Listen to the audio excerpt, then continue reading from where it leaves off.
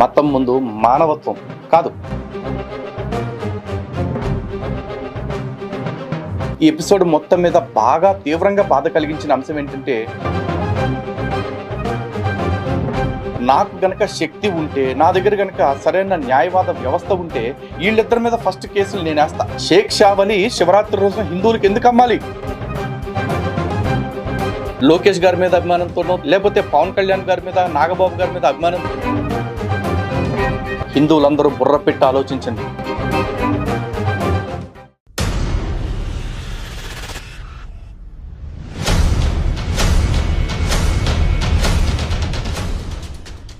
హిందూ బంధువులందరికీ జై శ్రీరామ్.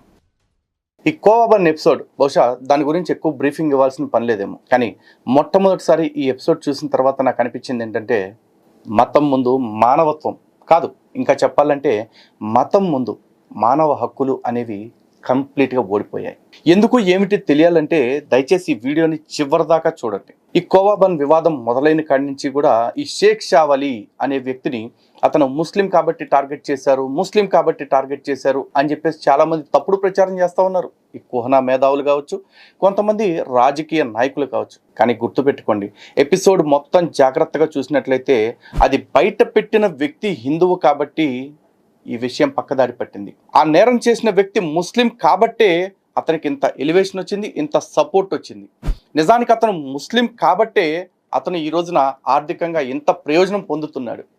అయితే ఏ వ్యవహారం తేలకుండా అతను నేరస్తుడు అని ఎలా అంటారు అని మీరు అనొచ్చు. అతడు ముమ్మాటికి నేరస్తుడే. ఆ నేరం ఎస్టాబ్లిష్ అయింది.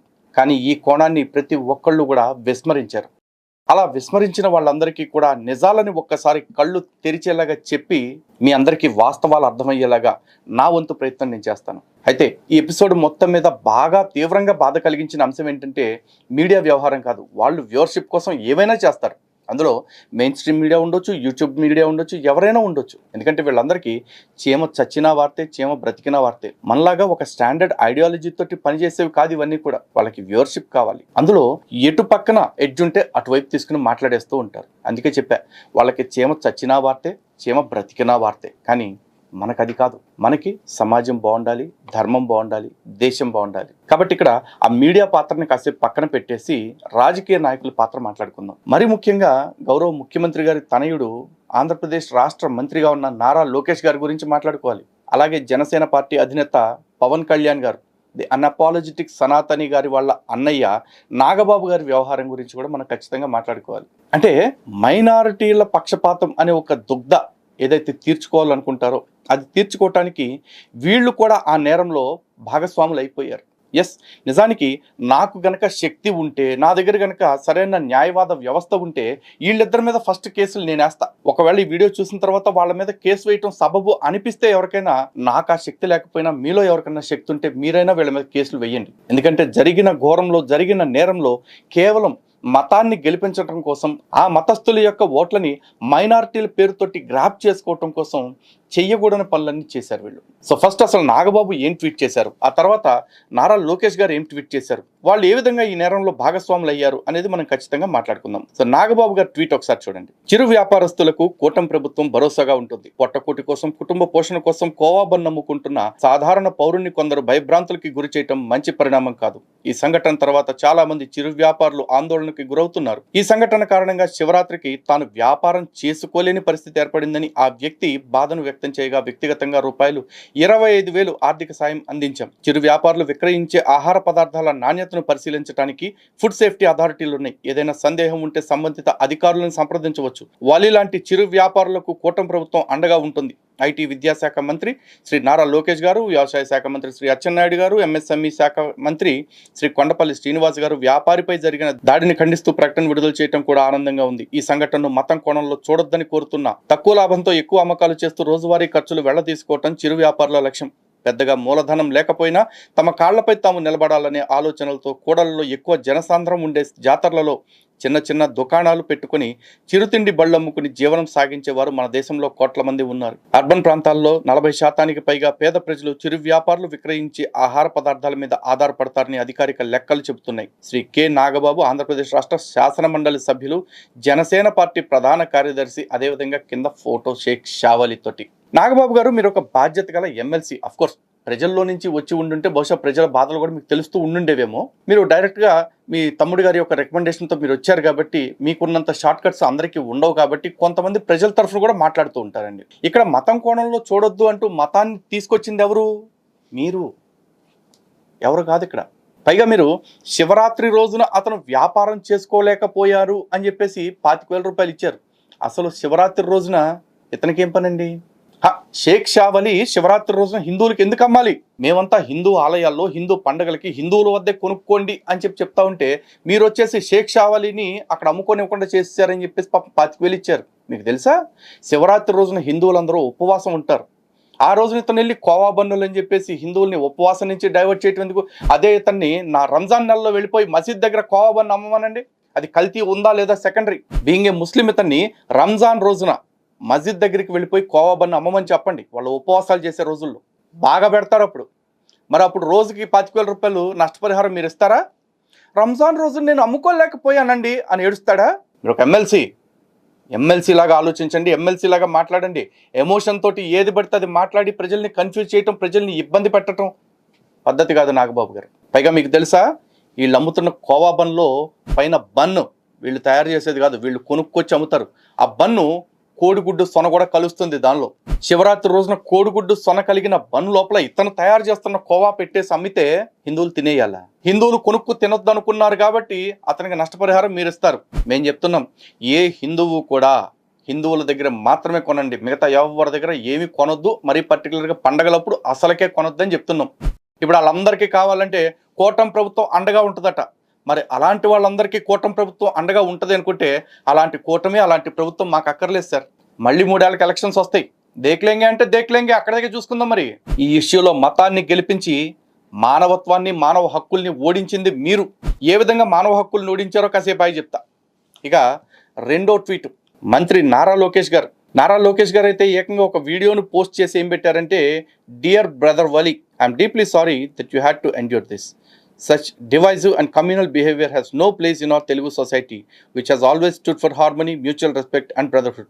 I will meet you soon and look forward to tasting your famous koyaban. We stand together. అన్నారు. ఇంతకీ లోకేష్ గారు ఎంత పెద్ద స్టేట్మెంట్ ఇచ్చారు కదా, కమ్యూనల్ అండ్ డివైజివ్ బిహేవియర్కి తెలుగు రాష్ట్రాల్లో ప్లేస్ లేదు అని చెప్పేసి. అక్కడ కమ్యూనల్ ఏముందో ఒక్కసారి వీడియో చూడండి, లోకేష్ గారు పోస్ట్ చేసిన వీడియో చూడండి. ఈ వీడియో చూశారు కదా, సియాసత్ డైలీ. ఈ సియాసత్ ఎవరిది?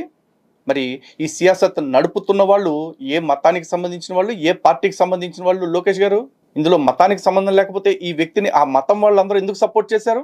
అలాగే ఏ సంబంధం లేకపోతే మతానికి ఇష్యూలో మరి భారత ప్రభుత్వం చేత నిషేధానికి గురైన పాపులర్ ఫ్రంట్ ఆఫ్ ఇండియా PFIకి అనుబంధ సంస్థగా పనిచేసిన SDPI ఇతనికి ఎందుకు మద్దతుగా ప్రకటించింది? ఎందుకోసం ఇతని కోసం వచ్చింది? ఇందులో మతానికి సంబంధం లేదా?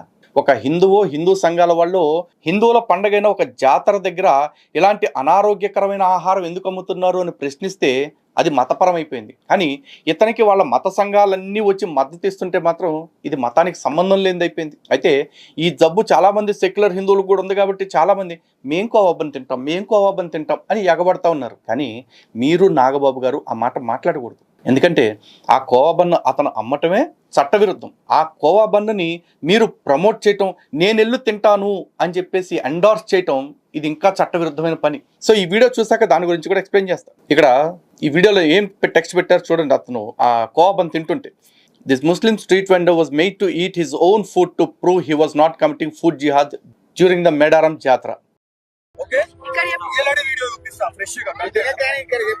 ఈ ఫుడ్ తోనే ఎవడన్నా చస్తే ఎవరిది రెస్పాన్సిబిలిటీ? ఇది కేవలం ప్రశ్న.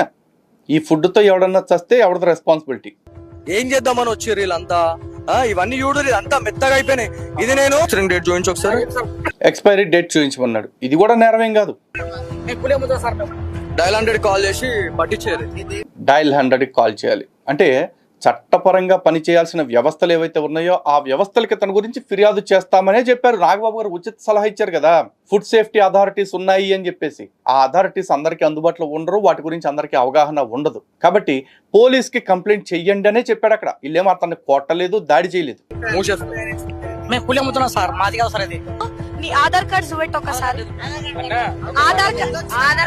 ఇంతగా జరిగింది. ఎన్ని రోజుల నుంచి అమ్ముతున్నావు, అసలు నువ్వు ఎవరు, నీ ఆధార్ కార్డు ఏదని అడిగితే నా ఆధార్ కార్డు తెచ్చుకోలేదు. ఏంటి ఆధార్ కార్డు లేకుండా కర్నూలు నుంచి మేడారం వచ్చేసాడా? ఏం వ్యాపారం చేద్దామని వచ్చాడు? ఏదో ఒక గుర్తింపు కార్డు పెట్టుకోకుండా ఈ దేశంలో ఎవడో తిరగట్లా అయ్యేవాళ్ళు రేపు. అలాంటిది ఒక రాష్ట్రం దాటొచ్చి ఇంత కోట్ల మంది వచ్చే పండగలో వాడు ఒక ఆహారాన్ని నమ్మాలని ట్రై చేశాడు. దాన్ని ఎవడు ప్రశ్నించొద్దా? పైగా ఈ ఆహారం ఏమన్నా శుద్ధపోస ఆహారమా? ఒక్కసారి ఆ బయట పెట్టిన వీడియోలో నుంచే ఈ ముక్క కూడా చూడండి. నారా లోకేష్ గారు, ఇది పరిస్థితి, ఇంత గలీజ్ ఉంటది. ఇది లైవ్ కదా, ఇది లైవ్. ఇది పరిస్థితి, ఇంత గలీజ్ ఉంటది. ఇది లైవ్ కదా, ఇది లైవ్. సో ఆ బన్లో పురుగు ఉన్నది అన్న విషయాన్ని అక్కడ జర్నలిస్టు క్లియర్గా చూపించాడు. అంతేకాదు ఆ బన్ను తినమంటే అతను అక్కడ తినలా, తర్వాత ప్రెస్ ముందుకు వచ్చేసి నా బన్ను నేనే తింటా అని చెప్పి సింపతి గేమ్ క్రియేట్ చేసుకున్నాడు. ఇప్పుడు ఆ బన్లో కెమికల్స్ కలిపేశారు, లేకపోతే గతంలో బిర్యానీల్లో హిందువులకి నపుంసకత్వం వచ్చేలాంటి మందులు కలుపుతున్నారు అన్నట్టుగా ఎవడో ప్రచారం చేయలే. కేవలం చెప్పింది ఏంటి, ఈ కోవా బన్నుని 10 రూపాయలకి ఏ విధంగా ఇస్తున్నాడు, అలాగే ఈ కోవా బన్లో పురుగులు కలిశాయి, ఇలాంటి ఆహారం నువ్వైతే తింటావా అని ప్రశ్నించారు. ఇది ప్రశ్నిస్తే అవతల వ్యక్తి ముస్లిం కాబట్టి, యువతలు ఉన్నది హిందువు కాబట్టి సింపుల్గా ఇష్యూ మొత్తాన్ని డైల్యూట్ చేసేసి ఒక వ్యక్తి మీద ఎలా దాడి చేస్తారా? కోవా బన్ను నేను తింటా, కోవా బన్ను నేను తింటా అంటున్నారు. అరే గతంలో చాలా వీడియోలు వచ్చినాయి, ఒకడు ఉమ్ములూసి ఆహారం వండటం, ఒకడు ఉచ్చబోసి ఆహారం వండటం అన్నీ జరిగాయి. అంతెందుకు వీర్యం కలిపి తన ఫుడ్ అమ్ముతున్నాడు అని కూడా న్యూస్లో వచ్చింది. కావాలంటే న్యూస్ చూడండి ఒకసారి. చూసారు కదా, ఐస్ క్రీమ్లో వీర్యము మూత్రము, నెక్కొండలో విక్రేత రోత పని, వీడియో వైరల్, నిందితుడి అరెస్టు, ఇలాంటివి కూడా జరుగుతున్నాయి. అయినా కూడా ఇంకా చాలా మంది ఆ ఉమ్ములూసినోడు ఆహారం, ఉచ్చలబోసినోడు ఆహారం తినడానికి సిద్ధపడుతున్నారు. ఏమన్నంటే సర్వమత సమ్మేళనం అని కొత్త మేళం వాయిస్తున్నారు, వాయించుకోండి, నాకేం సంబంధం లేదు. కానీ బాధ్యత గల ప్రజాప్రతినిధులుగా ఉండి లోకేష్ గారు, నాగబాబు గారు ఈ విధంగా చేయటం అంటే 100% తప్పే. ఎందుకంటే భారతదేశంలో నాగబాబు గారు చెప్పినట్టు ఫుడ్ సేఫ్టీ అండ్ స్టాండర్డ్స్ని పరిశీలించడానికి ఒక సంస్థ ఉంది. అంతేకాదు ఫుడ్ సేఫ్టీ చట్టం కూడా ఉంది. దాన్ని FSSAI అంటారు, food safety and standards authority of India. ఈ సెక్షన్స్ ప్రకారమే చూసుకున్నట్లయితే, అంటే ఫస్ట్ ఈ సెక్షన్ తనకు వర్తిస్తుందా లేదా అనేది ఒకసారి చూడాలంటే food safety and standards authority of India act ఉంది, FSSAI యాక్ట్.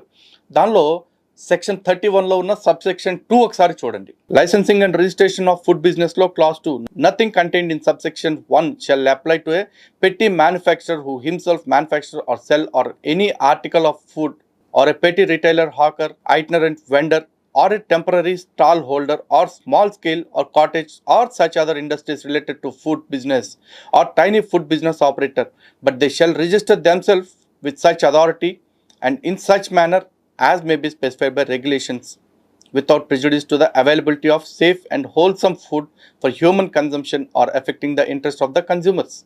ఇక్కడ చాలా స్పష్టంగా చెప్తున్నారు, వీళ్ళెవరు కూడా FSSAI లైసెన్సులు తీసుకోవాల్సిన అవసరం లేదు. కానీ food safety and standards authority of India వాళ్ళ దగ్గర వీళ్ళు స్ట్రీట్ హాకర్స్ ఎవరైతే ఉంటారో, ఇలాంటి చిరు వ్యాపారులు ఎవరైతే ఉంటారో వాళ్ళు కూడా రిజిస్ట్రేషన్ చేసుకోవాల్సిందే. ఎందుకు అంటే వీళ్ళు ఆ నాణ్యతా ప్రమాణాలు పాటిస్తున్నారా లేదా, అలాగే వీళ్ళు అమ్ముతున్న ఫుడ్ స్టాండర్డా సబ్ స్టాండర్డా అనేది కూడా వాళ్ళకి తెలియాల్సి ఉంటుంది. ఒకవేళ ఆ స్టాండర్డ్స్కి విరుద్ధంగా కనుక వీళ్ళు ఆహారాన్ని అమ్ముతూ ఉంటే వీళ్ళ మీద కూడా చట్టపరమైన చర్యలు తీసుకోవచ్చు. ఇదే FSSAI యాక్ట్లోని సెక్షన్ 51, 52, 53, 54, 55, 56, 57 వీటి ప్రకారము నేరమే ఇవన్నీ కూడా. ఒక్కసారి సెక్షన్ 51 ఏం చెప్తుందో చూడండి. Penalty for substandard food. Any person who, whether by himself or by any other person on his behalf, manufactures for sale or stores or sells or distributes or imports any article of food for human consumption which is substandard shall be liable to penalty which may extend to 5 lakh rupees. 5 లక్షల రూపాయల వరకు జరిమానా పడవచ్చు ఎవరైనా substandard ఆహారం అమ్ముతూ ఉంటే, అంటే ఆహార ప్రమాణాలను పాటించకుండా అమ్ముతూ ఉంటే. ఇప్పుడు ఇతను అమ్ముతున్న ఆహారము ప్రమాణాలతో కూడుకుని ఉందా? నిజానికి ఇతను అమ్ముతున్న కోవా ఏదైతే ఉందో ఆ కోవా యొక్క స్టాండర్డ్ ఏంటో తెలుసా? ఆ కోవా యొక్క షెల్ లైఫ్ ఏంటో తెలుసా? ఆ కోవా కేవలం 2 నుంచి 4 రోజులు మాత్రమే ఉంటుంది. అంటే మినిమం 2 రోజులు, మ్యాక్స్ 4 రోజులు మాత్రమే ఉండే అవకాశం ఉంటుంది. అంటే 2వ రోజు నుంచి కూడా అది పాడైపోయే అవకాశం ఉంటుంది. అలాంటిది వ్యక్తి కర్నూలులో తయారు చేసుకుని కర్నూలు నుంచి మేడారం దాకా వచ్చాడు. అది కూడా ఎప్పుడు నిలవ ఉండేది? ఆ రూమ్ టెంపరేచర్ స్థితిలో ఉన్నప్పుడు మాత్రమే. రూమ్ టెంపరేచర్ అంటే 20 degrees to 25 degrees సెంటిగ్రేడ్. కానీ మేడారం లాంటి ప్రాంతాల్లో ఇప్పుడున్న సీజన్లో ఉంటున్న టెంపరేచర్ వచ్చేసి పీక్స్లో 33 to 35 degrees సెంటిగ్రేడ్. అలాంటి చోట ఇతను ఒక ట్రక్ ఆటోలో బన్నులన్నీ పడేసి ఒక బ్యానర్ పెట్టుకుని ఇతను అమ్ముతున్నాడు. మరి is it? As per norms of food safety authority. Nagababu గారు మీరు చెప్పండి, ఇందాక చట్టం గురించి మీరే మాట్లాడారు కాబట్టి, అలాగే లోకేష్ గారు మీరు బాధ్యత గల మంత్రిగా ఉన్నారు కాబట్టి మీరు కూడా ఇలా ఎమోషన్స్కి లొంగిపోయి అందరూ అతని కోసం వెళ్తున్నారు కాబట్టి నేను వెళ్ళకపోతే ఎక్కడ తగ్గిపోతున్నానని మీరు వెళ్ళారు చూసారా, మీరు మాట్లాడారు చూసారా, అది చట్ట ప్రకారమే ఉందా? మరి ఈ దేశపు చట్టభద్రత కలిగిన వ్యవస్థల్ని గౌరవించినట్లే ఉందా? బహుశా లోకేష్ గారి మీద అభిమానంతోనో, తెలుగుదేశం మీద అభిమానంతోనో, లేకపోతే పవన్ కళ్యాణ్ గారి మీద, నాగబాబు గారి మీద అభిమానంతోనో, జనసేన మీద అభిమానంతోనో నా మాటలను ఎవరైనా తప్పు పట్టుకుంటే మీ ఇష్టం, నేనేం చేయలేను. అలాగే ధర్మం కంటే కూడా, సమాజం కంటే, దేశం కంటే కూడా పార్టీలే ముఖ్యం, మాకు మా కులాలే ముఖ్యం అనుకునే వాళ్ళని నేను బాగు చేయలేను. కానీ నిజం చెప్పటం నా నైజం కాబట్టి, తప్పు ఎవరు చేసినా ప్రశ్నించడం నా తత్వం కాబట్టి, నేను వీళ్ళు చేసిన తప్పుడు పని ఏదైతే ఉందో నేను తప్పుడు పనే అంటున్నాను. మీ రాజకీయాల కోసం ప్రజల ఆరోగ్యాన్ని పణంగా పెట్టడం, ప్రజారోగ్యానికి భంగం కలిగిస్తున్న ఇట్లాంటి వ్యాపారస్తులకి మద్దతు పలకటం అనేది ఖచ్చితంగా ఖండించదగిన విషయం. అందుకే నేను ఖండిస్తున్నాను. ఇక్కడ చాలా మంది అడగొచ్చు, చాలా మంది పెద్ద పెద్ద వ్యాపారస్తులు కల్తీ చేస్తున్నారు కదా అని చెప్పేసి. అందరికంటే పెద్ద వ్యాపారస్తుడు, అందరికంటే పెద్ద కల్తీదారుడు అయిన జగన్మోహన్ రెడ్డి ప్రభుత్వాన్ని నేను ప్రశ్నించా. టీటీడీలో జరిగిన కల్తీ నెయ్యి గురించి నేను మాట్లాడా. ఈ రోజున వీడు చిన్నోడు కాబట్టి వీడి గురించి మాట్లాడొద్దంటే కుదరదు, వీడి గురించి కూడా మాట్లాడతా. ఈ మయాన నాకు తెలియని మీ దృష్టికి చాలా వచ్చి ఉండొచ్చు, మీరు ఎవరన్నా ఫైట్ చేస్తా అంటే మీరు చేయొచ్చు. వీడి మీద చేసిన వాడి మీద ఎందుకు చేయట్లేదు అంటూ తిక్క క్వశ్చన్లు వేయకండి. ఇక్కడ ఒక చిన్న పిట్ట కథ చెప్తా. అతిగా జాలి చూపిస్తే ఏమవుతుంది అంటే, చిన్నప్పుడు ఇప్పుడు విన్నాను నేను. ఒకసారి ఒక పులిని బతికున్నంత కాలం పీక్కు తింటూ ఉండేది జంతువుల్ని, ఆ దారిని పోయే మనుషుల్ని, అందరినీ కూడా. దానికి వయసు అయిపోయి అన్ని పడిపోయి ఇక తెలివిగా ఒక ప్లాన్ చేసిందట, కూర్చున్న దగ్గరికి ఆహారం రావాలంటే ఏం చేయాలి అని. చివరికి ఒక వ్యక్తిని చంపేసినప్పుడు వాడి దగ్గర కొట్టేసిన బంగారపు కంకణం ఏదైతే ఉందో దాన్ని ఒకదాన్ని అడ్డం పెట్టుకుంది. దాన్ని చూపిస్తూ ఒక రోజున దోవలో వెళుతున్న ఒక పండితుడిని ఆపిందట. ఆపి, బ్రాహ్మణోత్తమ, నీకు నేను ఒక బంగారు కడియం ఇవ్వదలుచుకుంటున్నాను దానము అని అందట. అతను వెంటనే పులిని చూసి భయపడిపోయాడు. కానీ ఆ పులి అందట, నాకు వయసు ఉడిగిపోయింది, నాకు జవసత్వాలు లేవు, నేను ఎక్కడికి వెళ్ళలేను, నాకు ఎటువంటి ఆహారం మీద మమకారము లేదు అంటూ సింపతి డైలాగులు 4 చెప్పిందట. చెప్పగానే పాపం నిజంగానే దీనికి చూస్తుంటే వాళ్ళకు ముసలదైపోయింది, కదిలేలాగా లేదు, ముందు బంగారపు కడియం పట్టుకెళ్ళిపోదామని ఆయన సరే అయితే అన్నాడు. అలా కాదు, ఎలా పడితే అలా దానం తీసుకోకూడదు, పండితుడు నీకు తెలియదా, చక్కగా ఆ కోనేట్లో స్నానం చేసిరా అని చెప్పేసి చెప్పిందట.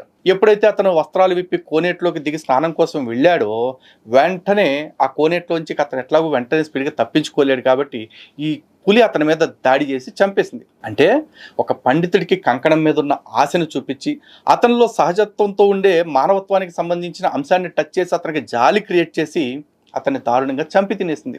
అలాగే ఇప్పుడు కూడా సమాజంలో కొంతమంది కేసుల్లో ఇరుక్కున్న తర్వాత, లేకపోతే సమస్యల్లోకి వచ్చిన తర్వాత ఇలాంటి సానుభూతి డైలాగులు చెప్తారు. కానీ ఆ పులి నైజం అలాగే ఉంటుంది లోపల. కాబట్టి 10 రూపాయలకు బన్ వస్తుందని, లేకపోతే పేదోడు కదా అని చెప్పేసి సానుభూతి చూపించేసి ఇష్టారాజ్యంగా బిహేవ్ చేయకండి ఎవరో. ఎందుకంటే రేపు మిమ్మల్ని చూసి జాలి పట్టడానికి ఎవ్వడూ ఉండరు. ఎందుకంటే ఈ దేశంలో బాంబులు పేల్చిన ముస్లిమ్స్ని, తీవ్రవాద సంస్థలతో కలిసిన ముస్లిమ్స్ విషయంలో కూడా ఒక రాజకీయ పార్టీ ఉంది, ఎంఐఎం అని, గతంలో ఒక స్టేట్మెంట్ ఇచ్చింది. ఈ తీవ్రవాదులందరూ కూడా అమాయక ముస్లింలని పేదరికాన్ని ఆసరాగా చేసుకుని, లేకపోతే వాళ్ళలో ఉన్న మతం పట్ల అభిమానాన్ని ఆసరాగా చేసుకుని ఇట్లా చేస్తున్నారు అని వాళ్ళను కూడా సింపథైజ్ చేపించే ప్రయత్నం చేశారు. అలాగే మొన్న భాగ్యనగర్లోని ఒక టెంపుల్లో చూసుకున్నట్లయితే ఒక మతిస్థిమితం లేని వ్యక్తి వెళ్ళిపోయి ఆ దేవాలయంలో అపభ్రంశ పనులు చేశాడు, మలమూత్ర విసర్జన. తర్వాత హిందువులందరూ వాడిని కొడతంటే, అరే రే మతిస్థిమితం లేనోడిని కొట్టడం ఏంటయ్యా అన్నారు. ఎందుకంటే వాడి మీద అలాంటి సింపతి క్రియేట్ చేయటమే వీళ్ళకి కావాల్సింది. అందుకే వాడిని ఉసిగొల్పి పంపారు. లేకపోతే ఆ మతిస్థిమితం లేనోడికి అదే పని మస్జిద్లో చేయాలని ఎందుకు అనిపించలా, అదే పని చర్చలో చేయాలని ఎందుకు అనిపించలా, కేవలం హిందూ దేవాలయం చూడగానే ఎందుకు చేయాలనిపించింది? ఇప్పుడు వీటి వెనకాల కూడా దేనికి కూడా మతం కారణం కాదని చెప్పి లోకేష్ గారు, నాగబాబు గారు సర్టిఫై చేస్తారా? పైగా ఇక్కడ ఫుడ్ సేఫ్టీ లేదు, ఈ ఫుడ్లో పురుగులు కలిసినాయని అతను ఎక్స్పోజ్ చేస్తే దాని టాపిక్ వదిలేసి ఇక్కడ మతాన్ని ముడిపెట్టి, మీరు కదా మతాన్ని గెలిపించి మానవత్వాన్ని, మానవ హక్కుల్ని ఓడిస్తుంది. ఈ దేశంలో రాజ్యాంగం చెప్తుంది, ఆర్టికల్ 21, నాకు ఈ దేశంలో నాణ్యమైన ఆహారం తినే స్వేచ్ఛ ఉంది. అలాంటి స్వేచ్ఛని, అలాంటి హక్కుని కాపాడాల్సిన బాధ్యత ప్రభుత్వాల మీద ఉంది. కానీ ఇలాంటి సబ్స్టాండర్డ్ ఫుడ్ అమ్ముతున్న వ్యక్తుల్ని సమర్థిస్తూ మీరు చేస్తున్నారు. కావాలంటే యూట్యూబ్లో చాలా వీడియోస్ పెట్టారు, వాళ్ళ ఇంట్లో తయారు చేస్తున్న వాతావరణం కూడా చూడండి. వాళ్ళు ఏమి మాస్కులు పెట్టుకోవట్లేదు, స్కల్ మాస్క్ పెట్టుకోవట్లేదు, హెయిర్ పడకుండా ఏమీ చేయట్లా. పైగా వాతావరణం అంతా కూడా చూసుకోండి, వాళ్ళు ప్రజల ఆరోగ్యంతో చెలగాటమాడుతున్నారు. అలాంటి వాళ్ళ విషయంలో లోకేష్ గారు, నాగబాబు గారు వీలైనంత వరకు మీరు సైలెంట్గా ఉంటే సమాజానికి మేలు చేస్తుంది. లేదు బాధ్యత గల పదవుల్లో ఉండి మీరు కావచ్చు, ఇతర మంత్రులు ఎవరైతే ఉన్నారో వాళ్ళు కావచ్చు, కేవలం ఓటు బ్యాంకుని క్యాష్ చేసుకుందామన్న ఉద్దేశంతో ఇలాంటి వాళ్ళకు సానుభూతి చూపిస్తే సమాజం మిమ్మల్ని నేరస్తులుగా చూసే పరిస్థితి వస్తుంది. జాగ్రత్త. అంతేకాదు ఇలాంటి ఆహారం అమ్మటం, చట్టరీత్యా కూడా నేరం. కావాలంటే బిఎన్ఎస్లోని సెక్షన్ 125, సెక్షన్ 270, సెక్షన్ 274, సెక్షన్ 275 చూసుకోండి. చట్టపరంగా నేరమైన ఇట్లాంటి నేరానికి మీరు వత్తాసు పలుకుతున్నారు. అలాంటి ఆహారాన్ని ప్రజలు తింటే తప్పు లేదు అంటూ మీరు ప్రమోట్ చేస్తున్నట్లుగానే ఉంది. నేను వెళ్ళి తింటాను అంటే మీరు తింటే ప్రజలందరూ వెళ్ళి తినొచ్చు అని సర్టిఫై చేయడం కింద ఉంది. ఇది మిస్లీడింగ్ అడ్వర్టైజ్మెంట్ కింద కూడా వస్తుంది. లోకేష్ గారు అండ్ నాగబాబు గారు దయచేసి మీ వ్యాఖ్యల్ని విత్డ్రా చేసుకుని మీ ట్వీట్లను డిలీట్ చేసుకోండి. మీరు అతనికి సాయం చేసుకోవాలి, ఓటు బ్యాంక్ తెచ్చుకోవాలి అనుకుంటే చాటును చేసుకోండి. కానీ పబ్లిక్లో ఇలాంటి వాటిని ఎంకరేజ్ చేస్తుంటే మాత్రం ప్రశ్నించడానికి మాలాంటి వాళ్ళు ఉంటారు. హిందూ బంధువులారా, ఇందులో నేరం యొక్క స్థితిని ఎస్టాబ్లిష్ చేయాల్సింది food safety and standards authority of India అధికారులు. వాళ్ళకి చెప్తున్నాం, ఒక్కసారి ఆ కోవా తయారయ్యే విధానాన్ని, కోవా బన్ను అమ్ముతున్న విధానాన్ని, ఆ బన్ను ఎక్కడి నుంచి తెస్తున్నారు అనే దాన్ని మీరు అజగనుక్కోండి. మీరు దాని మీద సమగ్ర విచారణ చేయండి. ఎందుకంటే హిందువులకి ఏదన్నా కష్టం వస్తే, ఏదన్నా నష్టం జరిగితే వెంటనే విచారణ కమిటీ వేస్తారు తప్ప చర్యలు తీసుకోరు. కానీ ఇక్కడ వీడికి నష్టం వచ్చిందని ఎమ్మటే డబ్బులు కూడా ఇస్తున్నారు పిలిచేసి మంత్రులు, ఎమ్మెల్సీలు.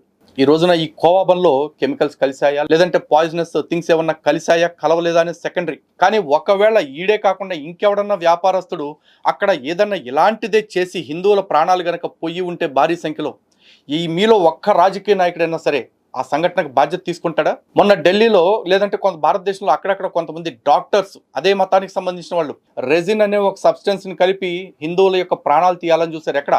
హిందువులకు పంచే పులిహోరలో, ప్రసాదాల్లో. మరి అలాంటి సంఘటనకి ఇక్కడ ఎవడన్నా పాల్పడితే మీలో ఒక్కడు కూడా రెస్పాన్సిబిలిటీ తీసుకునేవాడు కాదు. అప్పుడు కూడా చివరికి నా చంపినోడిని ఏమంటారు తెలుసా?